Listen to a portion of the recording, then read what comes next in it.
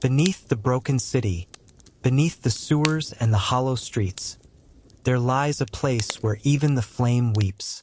It is called Blight Town, a pit of poison, heat, and sorrow, where the air trembles with sickness, and the ground breathes like something alive. Here the light is thick and fevered, the water burns, the walls drip with rot, and every step sinks into the memory of ruin. It is said that this place was once a city of life, built near the roots of Izalith, where witches kindled the fire of creation. But now only remnants remain, the echoes of a world devoured by its own flame. The undead descends through the stench, past the broken bridges, past the swarms of things that have forgotten their shape. Each breath is a struggle, each heartbeat, a defiance against decay. And then, through the steam and the poison, a new light flickers. Not gold, not sunlight, but red, the color of longing. The ground shakes, and from the molten dark rises a shape, half woman, half flame, woven from both beauty and agony. Her hair falls like rivers of fire. Her eyes are calm as the sea before it dies. She does not belong to this pit, and yet she never left it. Her name is Quelaag, the Witch of Chaos, the sister who stayed behind. She waits in the place where fire and rot meet, where devotion burns hotter than any flame. She does not call for help. She does not curse her fate. She simply guards. The air hums around her, and the undead feels the heat before the pain. This is not the wrath of a monster. It is the grief of someone who has already lost everything and burns still, because love would not let her die. Long before the poison and the rot, there was only flame. The Witch of Izalith, Mother of Fire, was one of the great lords who had claimed a fragment of the first flame. With her daughters, she built a kingdom of light and warmth, a haven beneath the earth, where magic shimmered like sunlight in molten glass. For an age, they lived in brilliance, weaving fire into art, life into shape, and chaos into beauty. But even the brightest fire must fade. When the first flame began to die, the gods trembled, and in her love for the world, the witch sought to save it. She reached into the dying heart of the fire and tried to make another, a new flame, eternal and pure. But the flame she birthed was not flame at all. It was chaos, a fire without order, a hunger that burned even the will of its creator. In an instant, her kingdom fell to madness. The walls melted, the earth turned to magma, and her daughters screamed as the fire remade them in its image. They became creatures of both beauty and horror, half divine, half undone. Their flesh fused with the very flame they had loved. Among them was Quelaag, and her youngest sister, the Fair Lady. Both consumed, both crying out for their mother's voice, which no longer answered. Where once there had been creation, there was only suffering. Izalith became a pit of living fire, a wound that could never heal. And from that wound was born the age's greatest tragedy, the flame that would never die, and those who would burn forever beside it. Quelaag survived, but survival was no mercy. For now, her soul was bound to the thing her mother had unleashed, the chaos flame. And though her body burned, her heart still beat for one reason only: to protect the last of her sisters, who had been left blind and broken by the same fire. It was not hatred that kept her in the depths. It was love. Before the fire twisted her flesh, before chaos learned to speak through pain, Quelaag was known as the kindest of Izalith's daughters. Her flame was gentle, her laughter bright. She was fierce in battle, yet soft in spirit, a guardian to all who shared her mother's gift. Where others saw only the splendor of creation, Quelaag saw its burden. The way fire consumes as it gives, the way light blinds even as it reveals. And when the chaos flame was born, when her mother's dream became torment, Quelaag did not flee. While her sisters screamed and fled into madness, she stayed behind. She searched the burning ruins, calling for her siblings, her feet sinking into rivers of molten sorrow. One by one she found them, their bodies broken, their minds lost, their eyes glowing with the color of despair. But one, the youngest, still breathed. The fair lady, tender and fragile, who had once sung to the fire as though it were alive. Now she lay blind, her lungs filled with ash, her soul sick with the chaos she had tried to control. Her body was weak, her voice barely a whisper. And Quelaag, seeing her like this, did not turn away. She could have abandoned her. She could have sought escape as others did. But she chose instead to burn beside her, to be her guardian, her warmth, her shield against the world that had forgotten their names. She built a home in the dark, deep within the molten caves where the chaos flame still burned.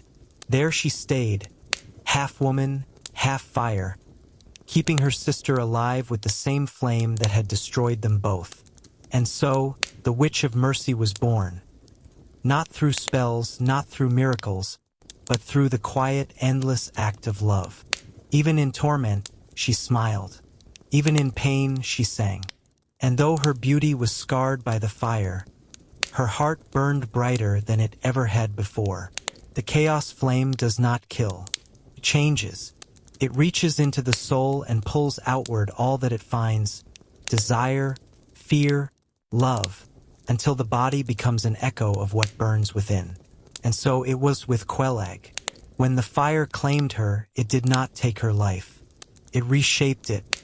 Her beauty, once radiant as the dawn, was torn in two.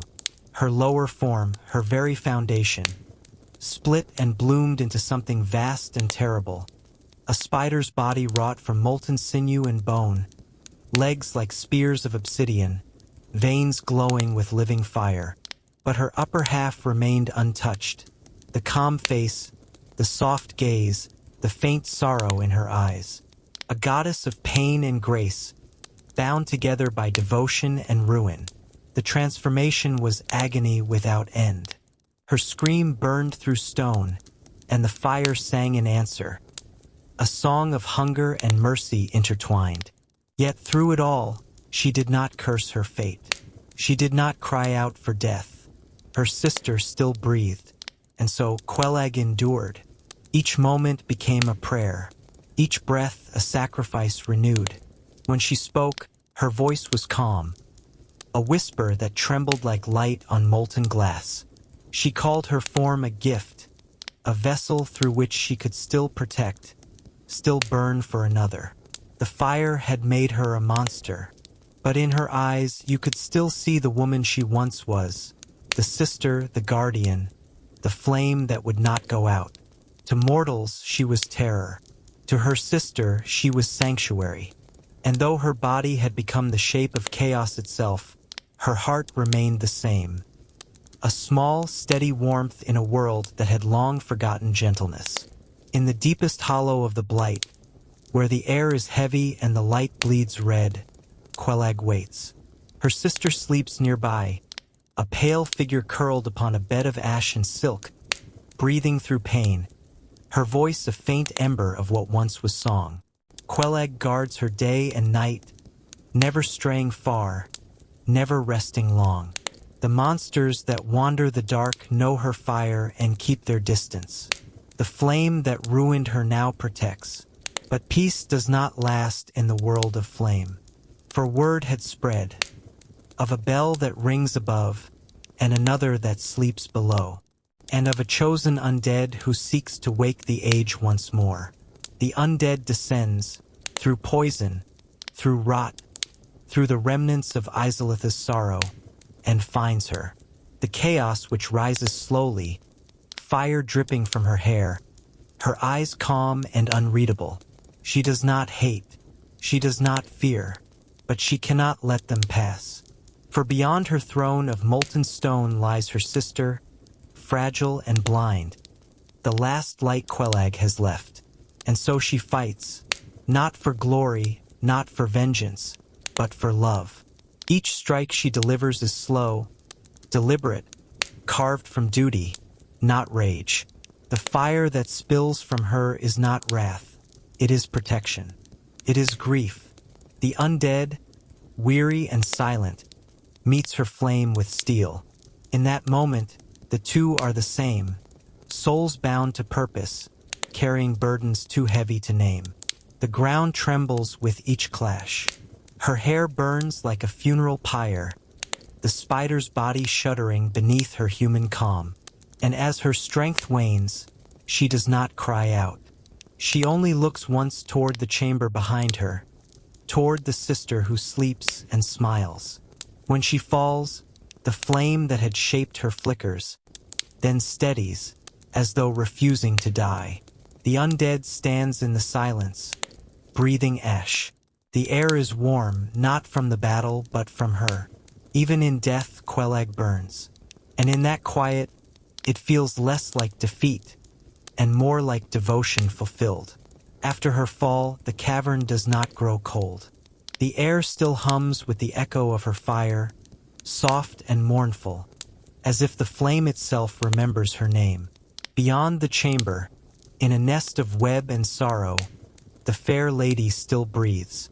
Blind, frail, and beautiful, she stirs when her sister's warmth fades, though she cannot see why. Her lips move, whispering a name the world no longer speaks. She does not know that Quelaag is gone. Perhaps she feels it, a dimming in the air, a silence where once there was soft laughter. But the chaos flame around her still glows faintly, as if unwilling to let the truth be known. The undead who has slain Quelaag may find her sister there, surrounded by webbed light, still calling out to the one who will never answer.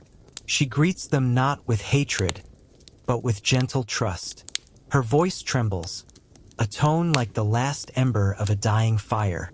In her blindness, she believes the one who approaches is her sister returned, come back from the battle, from the pain, from the endless duty of love.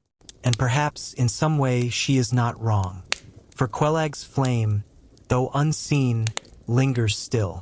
It burns softly in the air of that place, carried in the warmth that protects her sister even now. The witch of chaos is gone, but her love remains. It has become the very heat that shields her sister's breath, the fragile light that keeps her alive. No fire in this world is eternal, not even the first flame.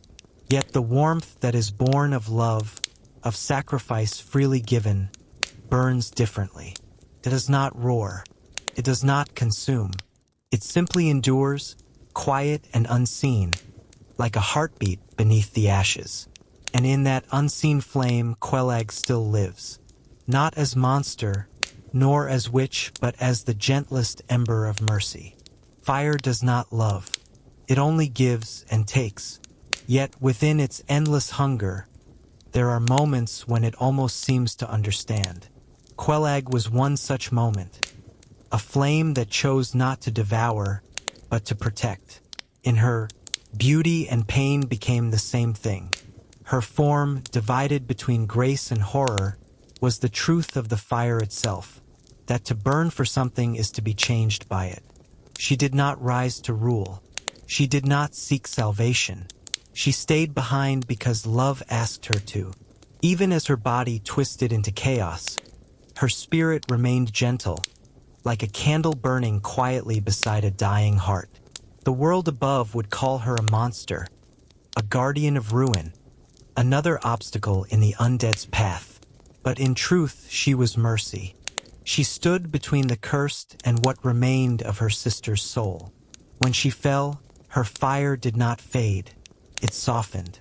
It spread through the air, warming the cold walls of the cavern until even stone seemed to sigh.